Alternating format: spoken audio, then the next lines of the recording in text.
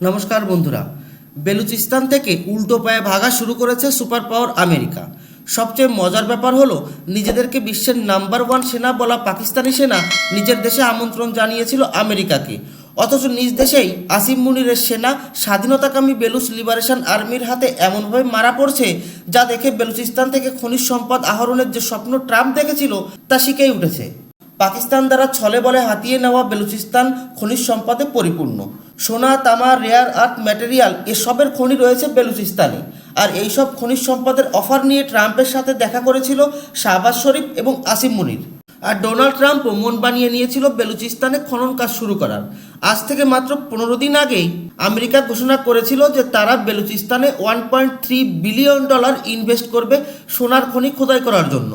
অর্থাৎ প্রথমে সার্ভে করা হবে, তারপর যেখানে যেখানে বেশি মাত্রায় সোনা মজুদ রয়েছে সেখানে ইনফ্রাস্ট্রাকচার তৈরি করা হবে, এরপর বিশাল মাত্রায় খনন কাজ শুরু করা হবে।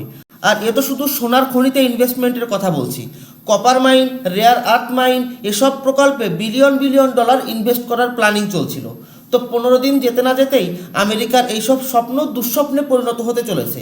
স্ক্রিনে দেখুন, আমেরিকার নামি দামি মিডিয়া হাউসের একটি রিপোর্ট করেছে যে চলতি সময়ে বেলুচিস্তানে যেভাবে সহিংস ঘটনা ঘটে চলেছে তাতে আমেরিকা মিনারেল সেক্টরে যে ইনভেস্টমেন্ট করেছিল তা একেবারে ভেস্তে গেছে। রিপোর্টটিতে এও বলা হয়েছে যে আমেরিকি কোম্পানির টিম যারা সার্ভে করার কাজ করে এরা বেলুচিস্তানে সার্ভে করতে যেতে চাইছে না।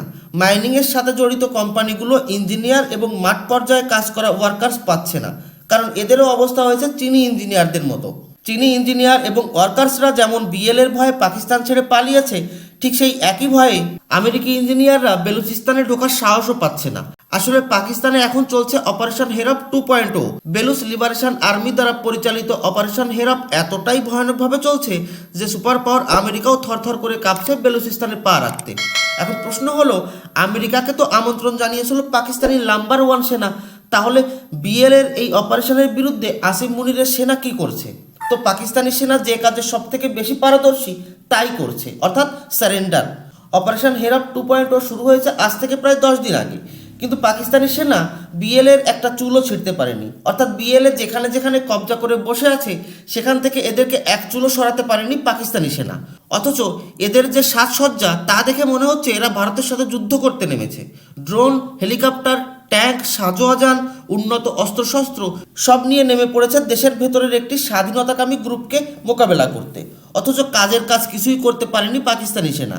মজার ব্যাপার হলো, অপারেশন হেরপ 2.0 যখন শুরু হয়েছিল তখন পাকিস্তান 3 দিনের জন্য ইমার্জেন্সি লাগিয়ে দিয়েছিল, বলেছিল 3 দিনে বিএলএকে সাহায্য করবে। অথচ আজ 10 দিন হয়ে গেল, ইমার্জেন্সি এখনও লাগু রয়েছে এবং একে আবারও এক্সটেন্ডেড করে আরও 1 সপ্তাহ বাড়িয়ে দেওয়া হয়েছে। তো এই হলো পাকিস্তানি নাম্বার 1 সেনার দশা। আর যদি বলি এই অপারেশনে বিএলএর দ্বারা হত্যা করা পাকিস্তানি সেনার সংখ্যা, তবে তা 450 পার হয়ে গেছে। যাই হোক, পাকিস্তানি সেনার অকাজ যে আসলে কি তা তো পাকিস্তান ভালোভাবেই জানে। তবে বিএলের এই অপারেশনে আমেরিকার স্বপ্ন যা সে গত 1 বছর ধরে দেখে চলেছিল তা সব বরবাদ হয়ে গেছে। আমেরিকা বেলুচিস্তানের খনিজ সম্পদের লোভে ভারতের সাথে সম্পর্ক খারাপ করতেও পিছু পা হয়নি। আমেরিকা ভেবেছিল ভারতীয় মার্কেটের কি দরকার, আমরা বেলুচিস্তানের খনিজ সম্পদ লুটে নিয়ে মালামাল হয়ে যাব। কিন্তু ট্রাম্পের বোঝা উচিত ছিল যে পাকিস্তানের আয়রন ব্রাদার চীনও চেয়েছিল বেলুচিস্তানকে ব্যবহার করে সিপিইসি প্রজেক্ট কমপ্লিট করতে, কিন্তু স্বাধীনতাকামী বেলুচ লোকেরা তাদের মাতৃভূমিকে বাঁচাতে জীবন বিলিয়ে দিতেই নয়, জীবন কেড়ে নিতেও দ্বিধা করছে না। এখন দেখার বিষয় এটাই যে বিএলের সাথে সাথে বাকি বিদ্রোহী গোষ্ঠীগুলো কবে পাকিস্তানের সেনার উপর চৌতরফা হামলা শুরু করে। ধন্যবাদ। জয় হিন্দ।